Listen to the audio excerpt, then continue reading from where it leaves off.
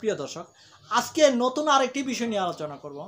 আজকে আলোচনা হচ্ছে কোনো ব্যক্তি যদি আপনার নিকট জমি বিক্রি করে জমিটি যদি রেজিস্ট্রি করে না দিতে চায়, সেক্ষেত্রে আপনার করণীয় কী।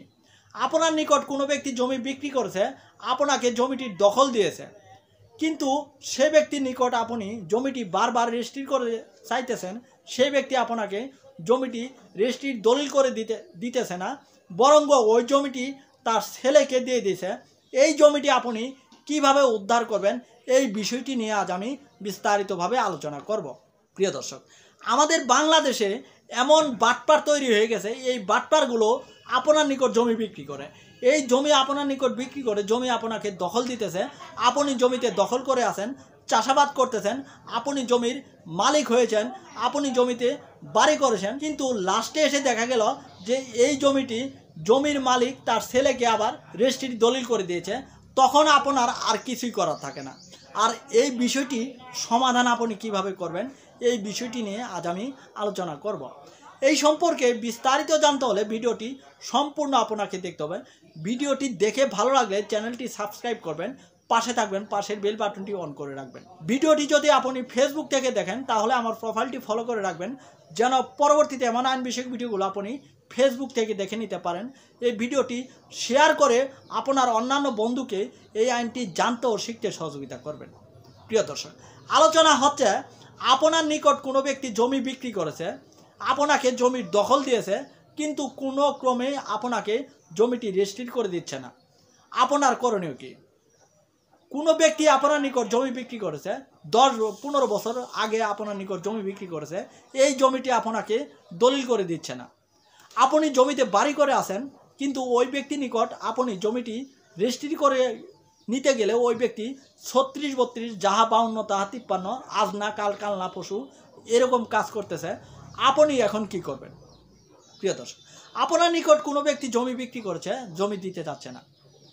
15 বছর থেকে আপনি ওই জমিতে বাড়ি করে আছেন, 10 বছর থেকে আপনি ওই জমিতে বাড়ি করে আছেন।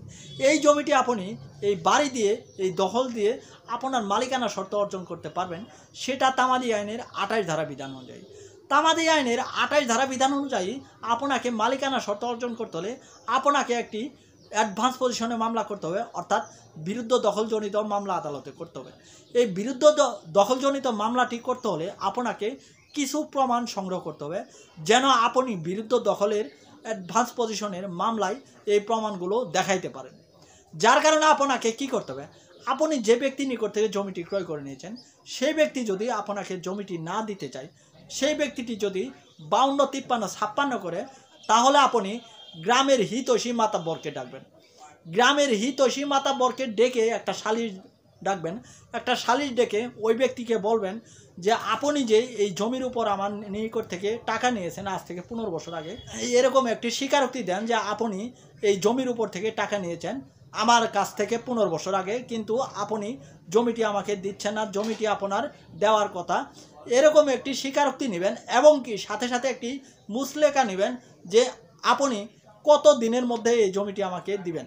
ওই ব্যক্তি যদি জমিটি তার ছেলেকে কবলা দিয়ে থাকে, নট ম্যাটার, এটা কোনো বিষয় না। তার ছেলেকে দেখ, তার স্ত্রীকে দেখ, তার মেয়েকে দেখ, এটা নট ম্যাটার। কিন্তু আপনাকে দেখতে হবে যে আপনি যে ব্যক্তির নিকট থেকে জমিটি নিয়েছেন, সেই ব্যক্তি আপনাকে স্বীকারোক্তি দিচ্ছে কিনা, সেই ব্যক্তি আপনার নিকট জমিটি বিক্রি করেছে, এবং কি সেই ব্যক্তি মুচলেখা দিতেছে কিনা যে সেই ব্যক্তি 6 মাস, 3 মাস অথবা 4 মাস এর মধ্যে জমিটি আপনাকে দলিল করে দিবে। এরকম একটি স্বীকারোক্তি, একটি মুচলেখা নেবেন। নেওয়ার পর এই স্বীকারোক্তি আর মুচলেখা দিয়ে আপনি জমিটি দখল করে আছেন 12 বছর থেকে, এই 3টা জিনিস দিয়ে আপনি আদালতে মামলা করে দিতে পারবেন অ্যাডভান্স পজিশন, অর্থাৎ বিরুদ্ধ দখলের।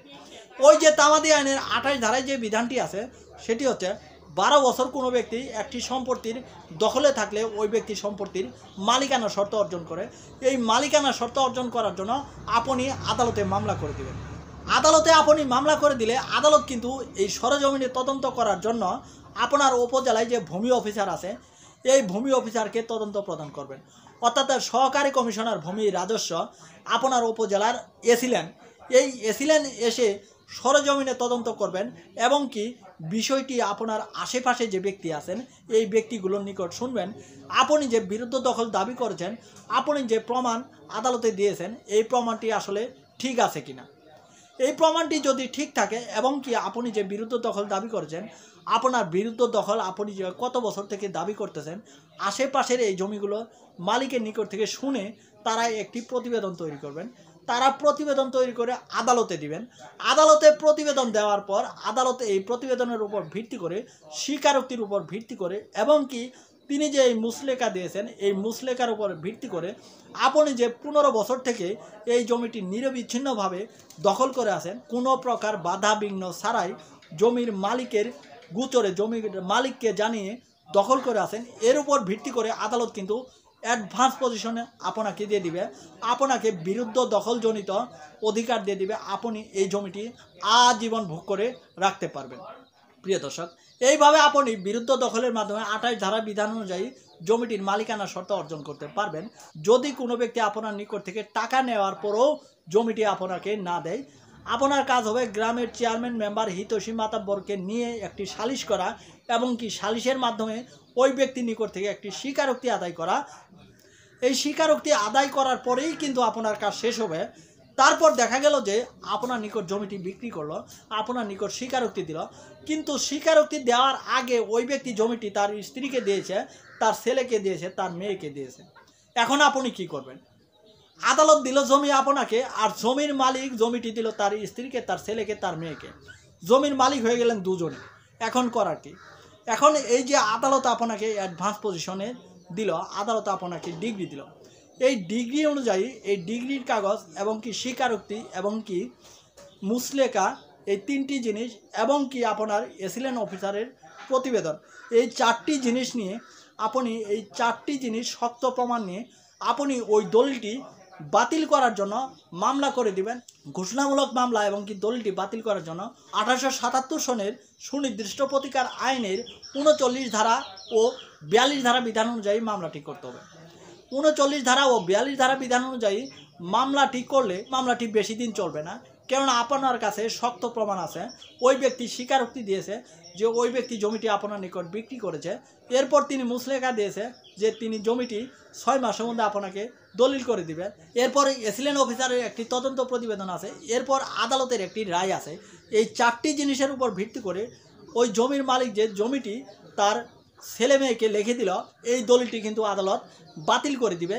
এই দখল দিয়ে কিন্তু আপনি সারা জীবন এই জমিটি ভোগ করে রাখতে পারবেন। তাই আপনি যদি কোনো ব্যক্তির নিকট জমি ক্রয় করে নেন এবং কি ওই ব্যক্তি যদি জমিটি আপনাকে না দিতে চায়, তাহলে আপনি এই পদ্ধতি অবলম্বন করে ওই জমিটি আদায় করে নিতে পারবেন, ওই জমিটির মালিক আপনি হতে পারবেন। প্রিয় দর্শক, আজকের এই পর্বটি এই পর্যন্তই ছিল। পরবর্তীতে দেখা করব নতুন কোনো পর্বে, নতুন কোনো টপিক আলোচনা করার সময়। সেই পর্যন্ত ভালো থাকুন, সুস্থ থাকুন, সুন্দর থাকুন। ধন্যবাদ সবাইকে।